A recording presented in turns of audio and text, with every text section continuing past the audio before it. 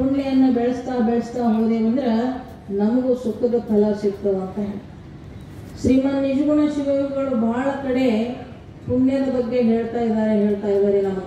ಪುಣ್ಯವನ್ನೇ ಮಾಡು ಅಂತ ಹೇಳಿದರು, ಮತ್ತೆ ಮಸಳಿಸದ ಪುಣ್ಯಮಯ ಕೀರ್ತಿಯನ್ನು ಅಂತ ಹೇಳಿದರು. ವರ ಪುಣ್ಯಲತೆಯನ್ನು ಆವರಿಪಂತೆ ಬೆಳೆಯುವುದೇ ಚಂದಮಮ ಅಂತ ಹೇಳ್ತಾ ಇದ್ದಾರೆ.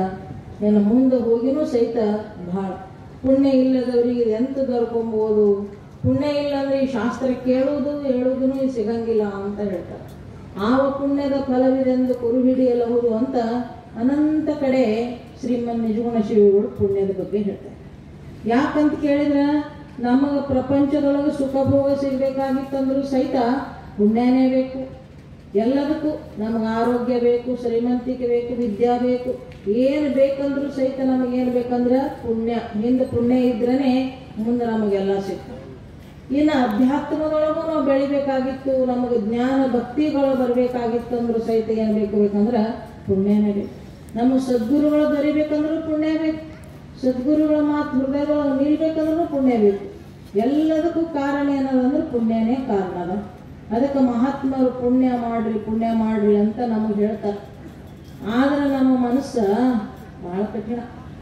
ಪುಣ್ಯ ಇದ್ರೇ ಪುಣ್ಯ ಮಾಡಕ್ಕೆ ಹಚ್ತದಂತ್ರಿ, ದುಡ್ಡಿದ್ರೆ ದುಡ್ಡು ಗಳಿಸ್ಲಕ್ಕೆ ಹತ್ತದ, ಇಲ್ಲಾಂದ್ರೆ ಹತ್ತಂಗಿಲ್ಲ.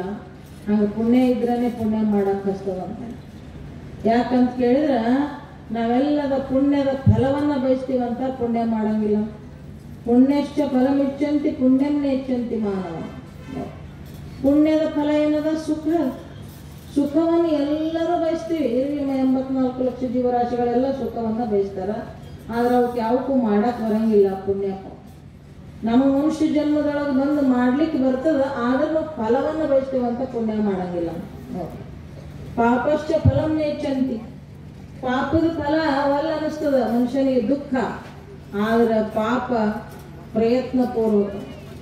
ಯತ್ನಪೂರ್ವಕವಾಗಿ ಮಾಡ್ತಾನಂತ ಮಹಾತ್ಮ. ಅದಕ್ಕಾಗಿ ಕರುಣಾಮಯಿಗಳು ಮಹಾತ್ಮರು ಅವರು ನಮ್ಮೆಲ್ಲ ತಂದೆ ತಾಯಿಗಳಿದ್ದಂತೆ, ಗುರು ತಂದೆ, ಗುರು ತಾಯಿ, ಗುರು ಬಂಧು, ಗುರು ಬಳಗ ಅಂತ ಹೇಳ್ತಾರಲ್ಲ. ಅದಕ್ಕಾಗಿ ಗುರು ತಂದೆ ಆಗಿರ್ತಕ್ಕಂಥವ್ರು, ಗುರು ತಾಯಿ ಆಗಿರ್ತಕ್ಕಂಥವ್ರು ಮಹಾತ್ಮರು ನಮ್ಮನ್ನು ಏನು ಮಾಡ್ತಾರಂದ್ರೆ ನಮಗೆ ಈ ಒಂದು ಕಾರ್ಯಕ್ರಮಗಳನ್ನು ಹಮ್ಮಿಕೊಂಡು ಪುಣ್ಯ ಮಾಡ್ಲಿಕ್ಕೆ ಹಚ್ತಾರೆ. ನಾವು ಅಲ್ಲಂದ್ರೆ ಸಹಿತ ಈ ಕಾರ್ಯಕ್ರಮದೊಂದು ಮನೆಯಿಂದ ಬರಬೇಕೆ ಬಿಟ್ಟೆಲ್ಲ ಬಂದೀವಂದ್ರೆ ಈ ಕ್ಷೇತ್ರಕ್ಕೆ ಪುಣ್ಯ, ಕಾಲಿಗೆ ಕಣ್ಣುಗಳಿಂದ ಮಹಾತ್ಮರು ದರ್ಶನ ಮಾಡ್ತೀವಂದ್ರೆ ಪುಣ್ಯ, ಕೇಳ್ತೀವಂದ್ರೆ ಪುಣ್ಯ. ಅಷ್ಟೇ ಅಲ್ಲದೆ ಪ್ರಸಾದವನ್ನು ಸ್ವೀಕಾರ ಮಾಡ್ತೀವಂದ್ರೂ ಅದನ್ನು ಪುಣ್ಯ. ಅನೇಕ ಮಹಾತ್ಮರ ಸಂತರನ್ನು ಕರೆಸಿ ನಮಗೆ ಪುಣ್ಯ ಬರಲಿ ಅಂತ ತಿಳ್ಕೊಂಡು. ಯಾಕಂತ ಕೇಳಿದ್ರೆ ಕೇವಲ ಮಹಾತ್ಮರ ದರ್ಶನಂ ಪುಣ್ಯಂ. ಮಹಾತ್ಮರ ದರ್ಶನ ಮಾಡಿದರೆ ನಮಗೆ ಅನಂತನಾದರು. 24 ಮಂದಿ ಕಳ್ಳರು ಪರಿವರ್ತನ ಆದರು, 6 ಮಂದಿ ಯವನರ ಪರಿವರ್ತನ ಆದರು. ಅನಂತ ಕಳ್ಳರು ಸುಳ್ಳರು ಸಹಿತ ಆ ಮಹಾತ್ಮರ ಸನ್ನಿಧಾನಕ್ಕೆ ಬಂದು ಏನು ಮಾಡ್ತಾರೆ ಅಂದ್ರೆ ಪರಿವರ್ತನ ಆಗಿ ತಮ್ಮ ಜೀವನವನ್ನು ಕಲ್ಯಾಣ ಮಾಡ್ಕೊಳ್ತಾರೆ.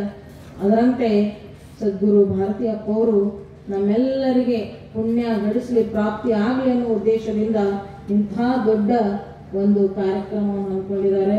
ಅಷ್ಟೇ ಅಲ್ಲದೇ ಅನಂತ ಶಿವಯೋಗಿಗಳು, ತಪಸ್ವಿಗಳು, ಮಹಾತ್ಮರು, ಜ್ಞಾನಿಗಳು ಎಲ್ಲರೂ ಇಲ್ಲಿ ಬಂದರೆ ಅವರ ದರ್ಶನ ಮಾಡುವುದೇ ನಮ್ಮೆಲ್ಲರೂ ದೊಡ್ಡ ಭಾಗ್ಯ, ನಮ್ಮ ದೊಡ್ಡ ಪುಣ್ಯ.